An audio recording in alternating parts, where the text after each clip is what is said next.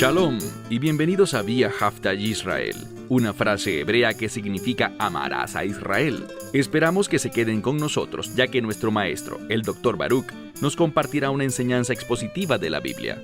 El Dr. Baruch es profesor titular del Instituto Zera Abraham, con sede en Israel. Aunque todos los cursos en el instituto se imparten en hebreo, el Dr. Baruch se complace en compartir esta enseñanza en inglés con doblaje al español. Para más información, visítenos en amarasaisrael.org o descargue nuestra aplicación móvil Mi Estudio Bíblico. Aquí está Baruch y la lección de hoy. Dios tiene un propósito para todas las personas. Y así, vemos que Dios le asignó un propósito a un grupo de mujeres que son viudas. La semana pasada empezamos el capítulo 5 de Primera a Timoteo y mencionamos que Dios quiere que las cosas se hagan decentemente, correctamente, conforme a sus estándares, conforme a sus instrucciones, para que se manifieste el orden de Dios. Porque cuando su orden se manifiesta, entonces y solo entonces, podremos recibir el resultado de su voluntad.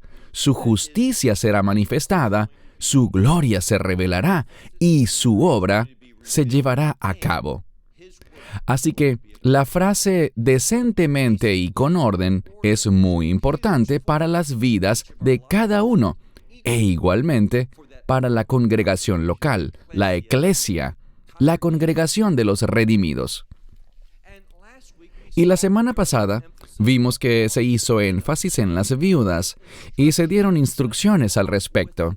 Y quisiera retomar ese punto porque la segunda parte del capítulo 5 de Primera a Timoteo tiene que ver con esto en términos muy específicos.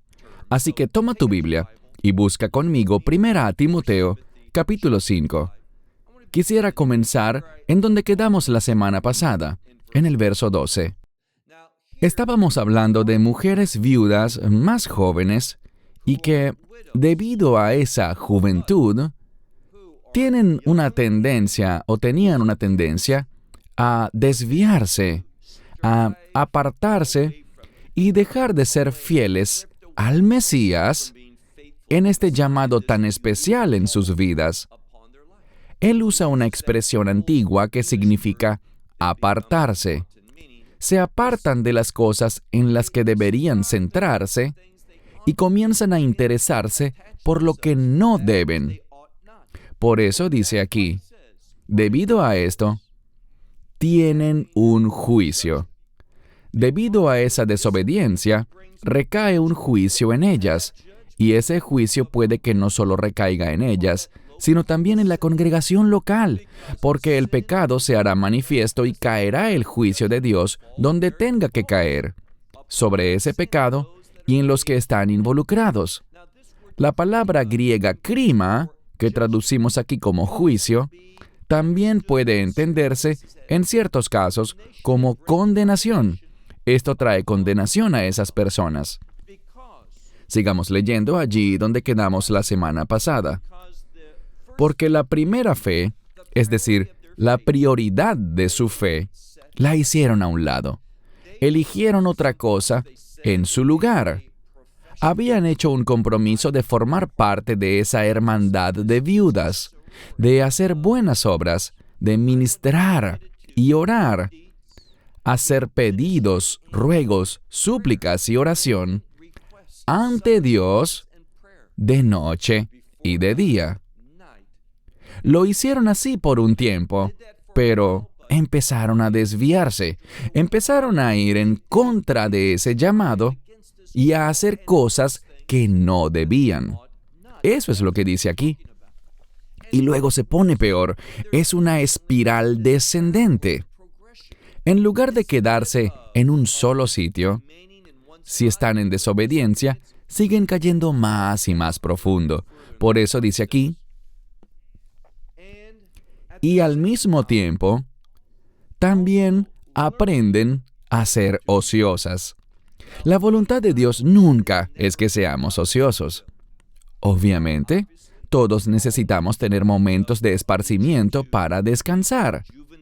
Pero no es de eso de lo que se habla aquí. No se refiere a tiempos de descanso ni a tiempos momentáneos de relajación con la intención de reanudar el trabajo después, sino que se refiere a ser ocioso, va más allá de solo tener un momento de recreación. Es cuando estar ocioso se convierte en una conducta habitual de la persona. ¿Y por qué aprenden a ser ociosas? Porque están recibiendo manutención, al menos parcialmente. Están recibiendo asistencia de la congregación local para cubrir sus necesidades, por lo que son libres de no hacer nada y aprenden a no hacer nada. Y debido a eso, noten lo que sucede. Pero también vemos algo.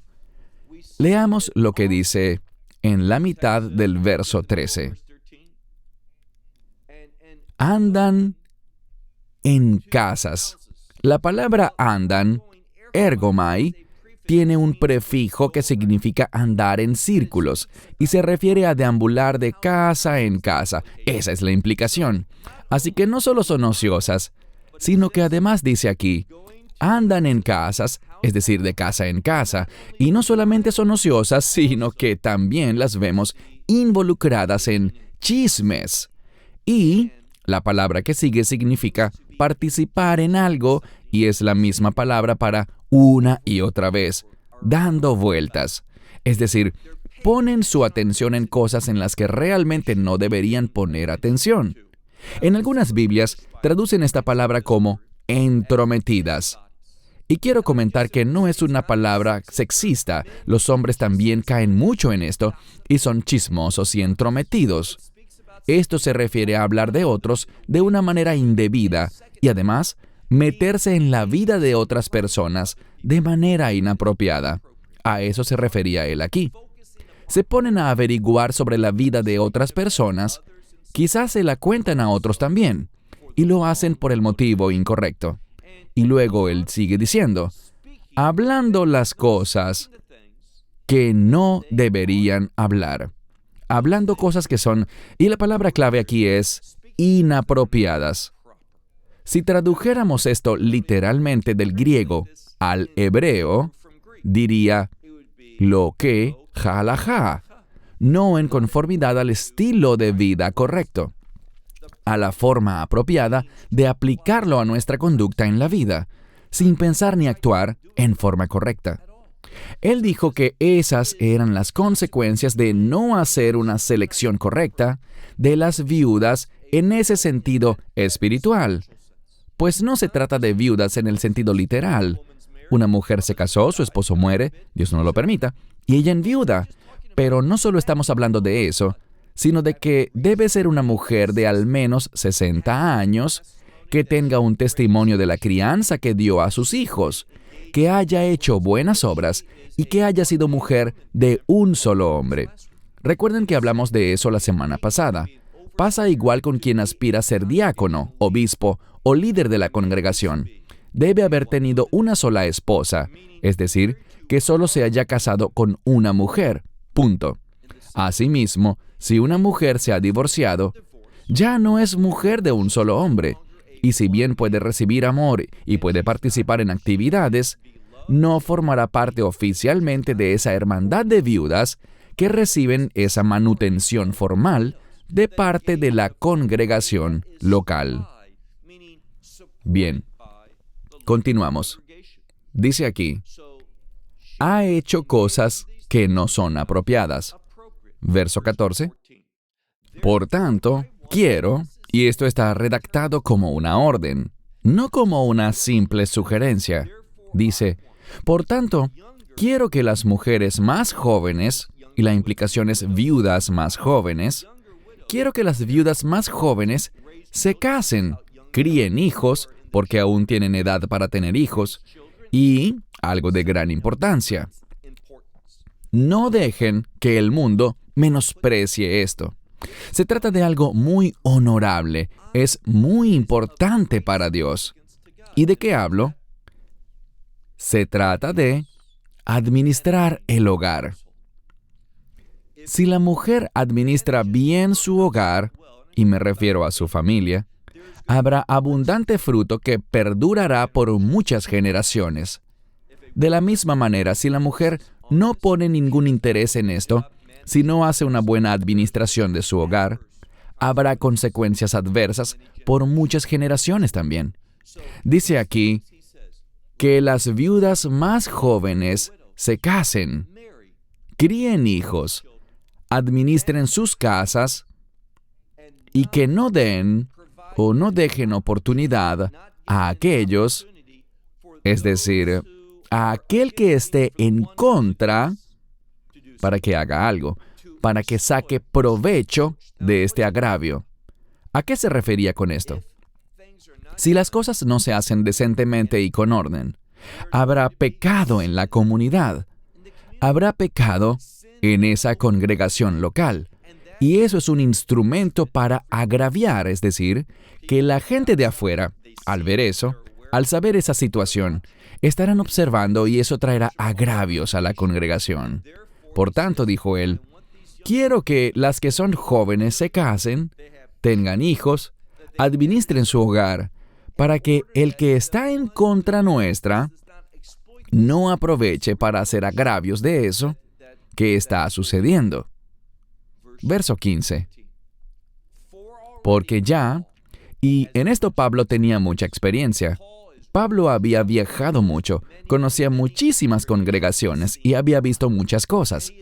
Y él había visto que ya algunas, es decir, estas mujeres, se han desviado, se han apartado, y luego dice, en pos de Satanás. Mucha gente se sorprende por la mención de Satanás aquí. ¿Me estás diciendo que si una mujer no hace esas cosas, está sirviendo a Satanás? Comprendan cuál es la intención del texto. Cuando leemos algo sin tener los antecedentes, la preparación, sacamos conclusiones equivocadas. ¿Qué dijo Dios aquí a través de Pablo? Pablo estaba instruyendo a Timoteo para que estuviera alerta sobre algo, y es lo siguiente. Si tú no estás sirviendo a Dios, le estás sirviendo al enemigo, le sirves a Satanás. Por eso fue dicho, no puedes servir a dos amos, o le sirves a Dios o al dinero, y el dinero es uno de los grandes recursos que utiliza Satanás. El dinero en este mundo, él lo usa para que las personas se aparten del lugar donde deben estar, del camino en el que deben andar. Ahora bien, quiero decirles algo que quizás se sale un poco del tema, pero es importante. Muchas personas que gozan de popularidad en la comunidad de creyentes venden muchos libros, salen todo el tiempo en la televisión y en la radio. No todos, pero una buena parte de ellos se niegan a hablar del juicio. Se niegan a hablar de Satanás. ¿Se han dado cuenta de que en el Nuevo Testamento, y ellos hacen énfasis en el Nuevo Testamento, especialmente en los Evangelios, los términos diablo, Satanás, demonios, todo eso aparecen muchísimas veces? Y entonces dicen, yo enseño el Nuevo Testamento, pero nunca hablan de esto, nunca tocan el tema de los demonios, espíritus impuros, el diablo, Satanás, ni nada de eso. Se mantienen al margen. Eso no es enseñar la palabra de Dios, eso es tomar la Escritura y tergiversarla de manera que se adapte a lo que ellos creen que el público quiere escuchar. No tomen ese tipo de decisiones. Enseñen toda la palabra de Dios. No saben qué necesitan escuchar los demás. No saben cómo Dios usará pasajes como este. Dice aquí, porque ya algunas se han apartado en pos de Satanás, en pos del enemigo. Así lo debemos enseñar. Verso 16. Pues si tu Biblia es una traducción moderna, puede que le falte una palabra. La palabra faltante es pistos. ¿Por qué eso es importante? Aquí vemos que en la traducción griega del Textus Receptus, que es el que tengo aquí, en el verso 16 tenemos la palabra pistos y la palabra piste. Esto es creyente en masculino y creyente en femenino. En muchas traducciones modernas solo aparece creyente en femenino. ¿Por qué? Por la similitud de estas palabras y porque tal vez cometen un error con la palabra que significa o, y también puede ser el artículo definido, pues ambos se escribían igual en el idioma bíblico. Y puede que hayan pasado por alto la primera palabra, pistos, pues luego aparece una palabra que es tan parecida, pisté, y es un error de escriba. Pero al ver el mejor texto, aparecen las dos, y por el contexto es cuestión de sentido común entender que son las dos cosas. ¿Qué dice el texto? Verso 16. Si algún creyente o alguna creyente tiene viudas, es decir, en su familia hay viudas, y hablamos, claro está, de alguien que tiene los recursos. Si esa persona tiene los medios para ayudar, se le ordena hacerlo. Así que, antes de que esto se convierta en un asunto de la congregación, si hay alguien, sea hombre o mujer, que pueda hacerse cargo de la viuda, esa persona debe hacerlo. Eso es lo que dice aquí. Leamos de nuevo. Si algún creyente, hombre o mujer, tiene viudas, dice aquí que él, y eso implica él o ella, las ayude. Y la congregación no tenga esa carga, a fin de que las que en verdad son viudas, ellas, las que son realmente viudas, ellas reciban asistencia. Es decir, habrá muchas viudas.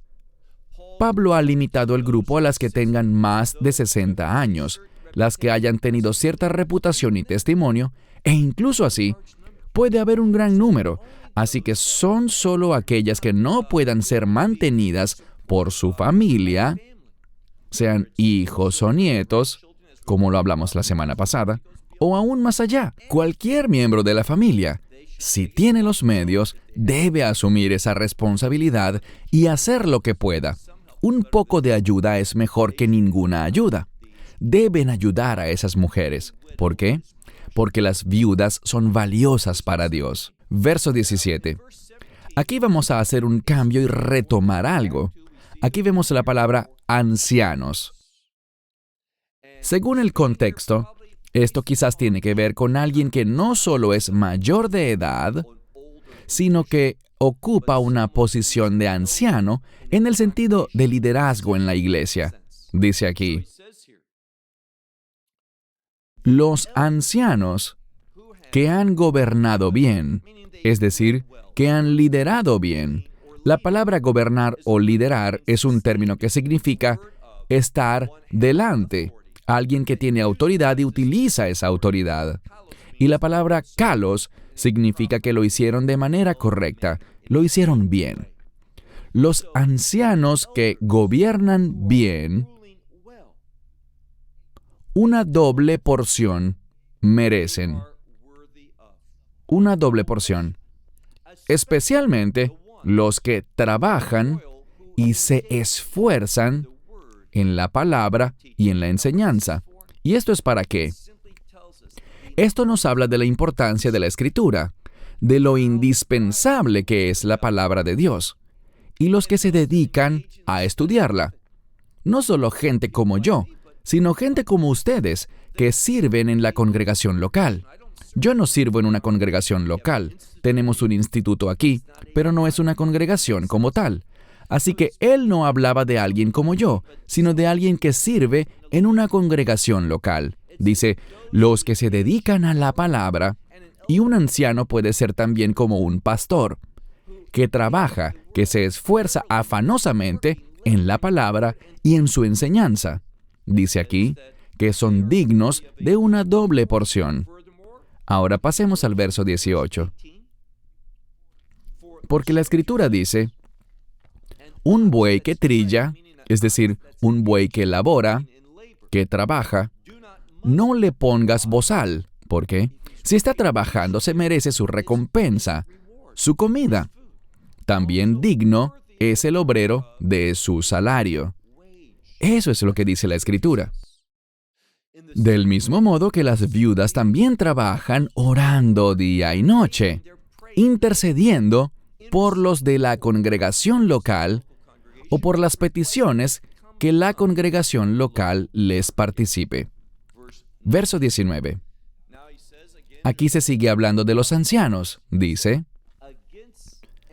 contra el anciano, y la implicación es un anciano que lidera bien, contra el anciano, una acusación no recibas. Y luego de esto, no viene un punto, la frase continúa, hay una salvedad. Dice aquí, contra el anciano, una imputación o acusación no recibas. Y luego tenemos la palabra ektos, que significa a menos que, y luego la frase eime, que también significa excepto o a no ser que. Así que si tradujéramos esto literalmente, diríamos, contra el anciano, una acusación no recibas, a menos o excepto que venga con 2 o 3 testigos. Hazlo únicamente si la Torá permitiría que se hiciera tal declaración dentro de un juicio, es decir, con 2 o 3 testigos. Al menos 2. Si es 1, no procede. No se toma en cuenta una acusación con un solo testigo. Tienen que ser 2 testigos. No solo gente que quiera decir lo mismo, sino que hayan sido realmente testigos, que tengan pruebas de primera mano. ¿Y por qué dice 2 o 3? Con 2 basta, pero 3 es mejor. Y la implicación es que, según el judaísmo, si tienes 4, 5, 6 o los que sean, escúchalos a todos para que tengas un entendimiento completo y preciso de lo que ha sucedido.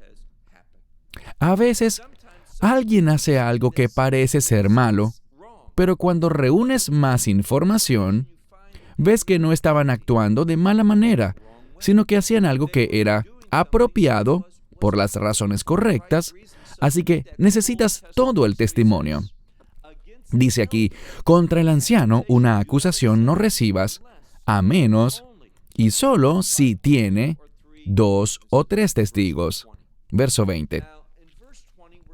En el verso 20 se habla de la pecaminosidad, de la conducta pecaminosa.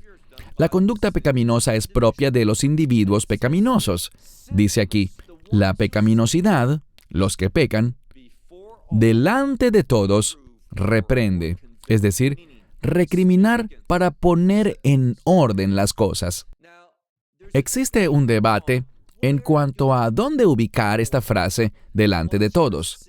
¿Se trata de alguien que ha pecado delante de todos públicamente y debemos reprenderlo? ¿O se trata de reprender a la persona públicamente? Para esto la Escritura nos da un poco de ayuda. La Escritura nos dice que si alguien hace algo malo, la persona que lo vea, vaya con él. ¿Y qué pasa si hay 2 o 3 testigos? Todavía no es un juicio. No hemos llegado a ese punto.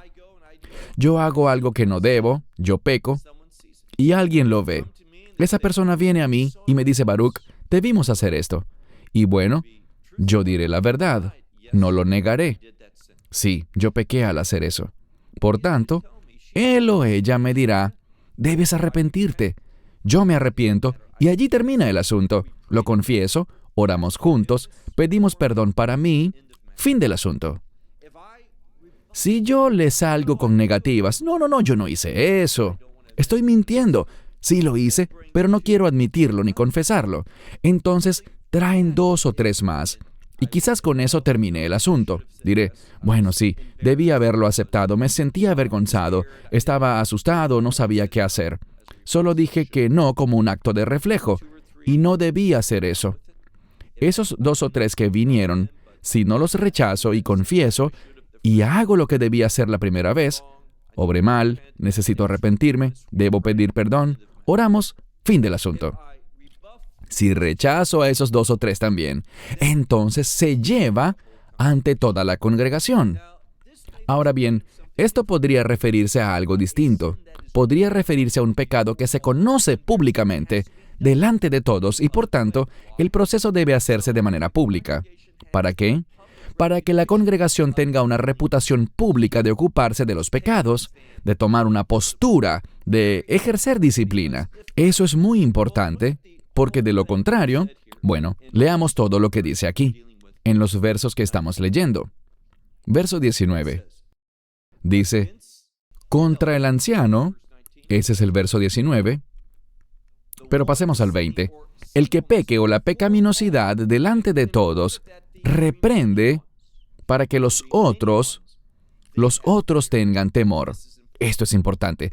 A veces es solo cuando la gente ve el juicio, la disciplina, eso que es consecuencia de los pecados, que sentirán temor, es decir, que van a darle prioridad, una prioridad reverente a esto.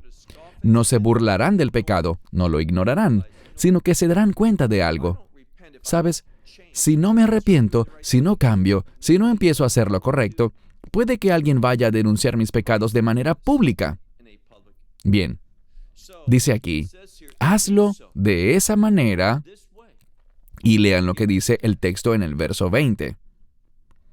Delante de todos, reprende para que los otros, los que no están involucrados en ese asunto que está tratándose públicamente, tengan temor. Verso 21. Aquí encontramos una palabra que significa testificar o dar testimonio. Pero lo interesante es que tiene un prefijo y tiene que ver con la palabra diámetro. ¿Qué es el diámetro? Si tienes un círculo, se empieza por un lado del círculo, trazas una línea por el medio hasta llegar al otro lado y recorres todo el diámetro cabalmente. Así que tenemos este prefijo en la palabra para testificar. Veamos el verso 21. Testifico cabalmente, es como deberíamos entenderlo, dar un testimonio cabal, delante de Dios y del Señor Mesías Yeshua y de los ángeles escogidos. Ahora, no sé si debería salirme del tema, pero tenemos esta frase aquí, ángeles escogidos. Estamos hablando de que Dios miró la creación cuando creó las huestes celestiales, los ángeles, y dijo, con él me quedo, con este no. Este se queda, este otro no. No vemos nada parecido. Vemos que los ángeles escogidos son los que no estuvieron de acuerdo con Satanás, los que creyeron en Dios y mantuvieron su posición. Así que esa elección no fue hecha por Dios, sino que Dios reconoció su decisión y los escogió. Eso es lo que se ilustra aquí. Dice, y también los ángeles escogidos, para que estas cosas, dice aquí, estas cosas sean guardadas, podríamos decir, apartadas.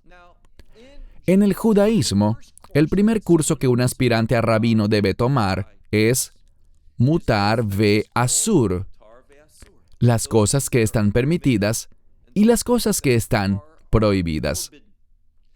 En el libro de Génesis, por ejemplo, vemos que Dios creó la luz para hacer una distinción entre lo bueno y lo malo, lo correcto y lo incorrecto.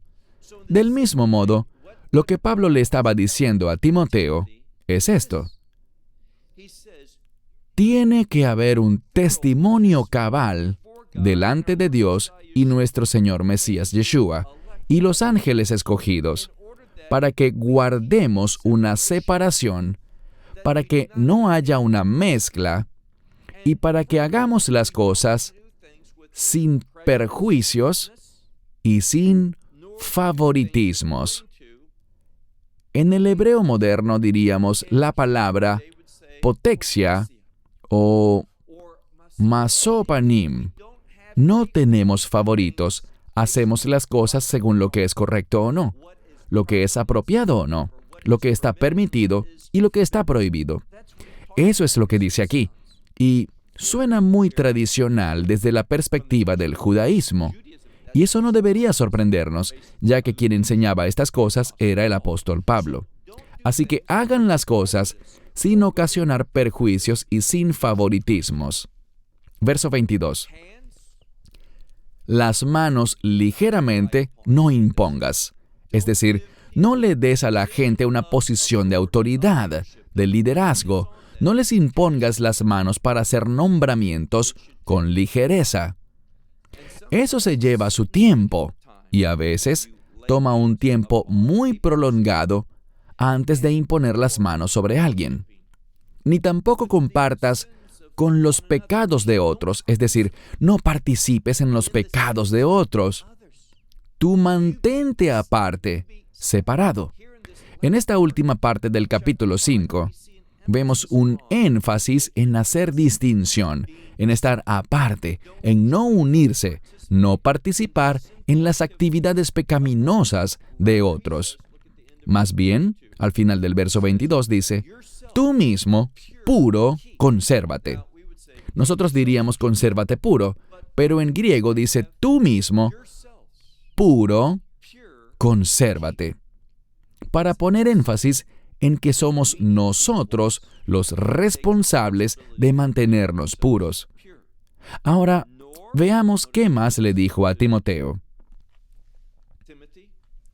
Y no bebas agua, es decir, no bebas agua nada más, sino, dice aquí, un poco de vino necesitas.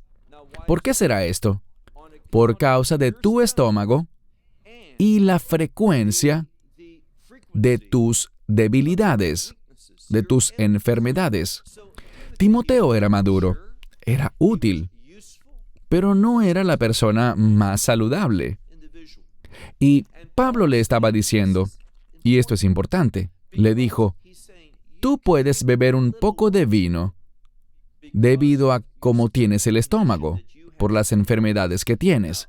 Dense cuenta de que, en aquella época, el agua pura era algo difícil de conseguir, y a veces se usaba vino agregándolo al agua con el fin de purificarla. Por eso Pablo dijo que hiciera esto. ¿Y por qué aparece esto aquí? Bueno, las leyes de la hermenéutica nos dicen lo siguiente.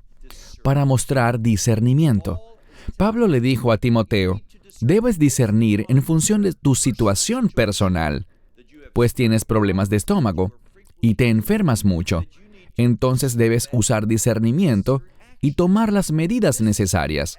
Esto aparece como un ejemplo relacionado con esta situación. Hay que usar el discernimiento y mirar las circunstancias particulares para tomar la decisión correcta.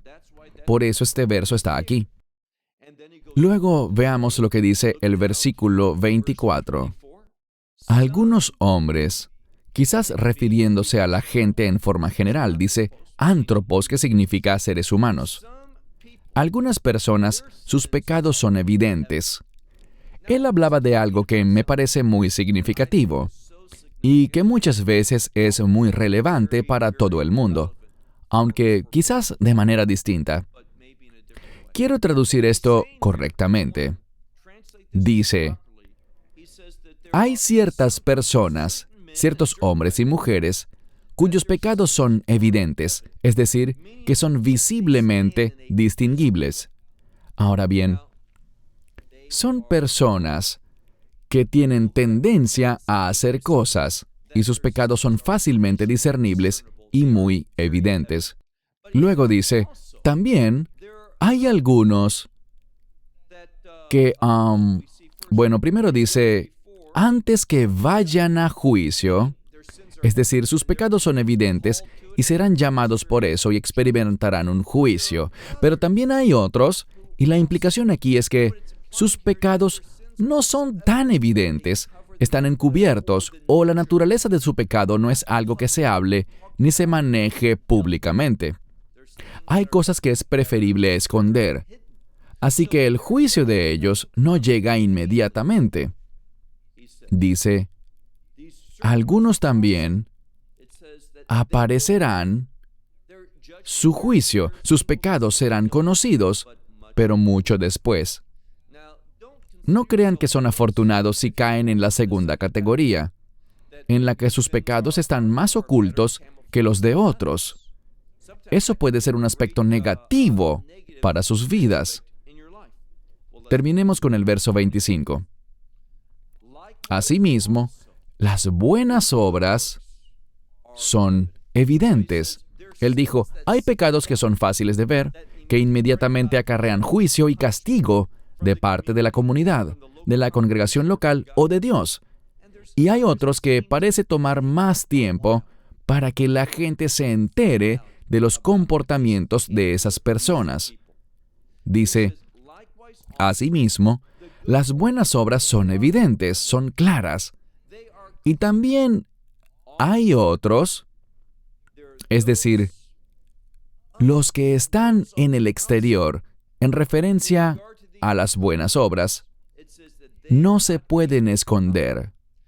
Me gusta cómo termina este capítulo. Él dijo, ¿saben qué? Al tratarse del pecado, hay unos que son visibles y otros que son casi invisibles, pero solo durante un tiempo. Pero cuando se trata de las buenas obras, estas son evidentes, incluso los otros, los no creyentes, los que están fuera, no pueden esconderlas. Esto habla de poder. ¿Qué es más poderoso, el pecado o las buenas obras? La respuesta es las buenas obras. Y esto cierra este capítulo dejándonos un gran mensaje de motivación para que hagamos buenas obras, porque estas buenas obras serán evidentes e incluso serán innegables.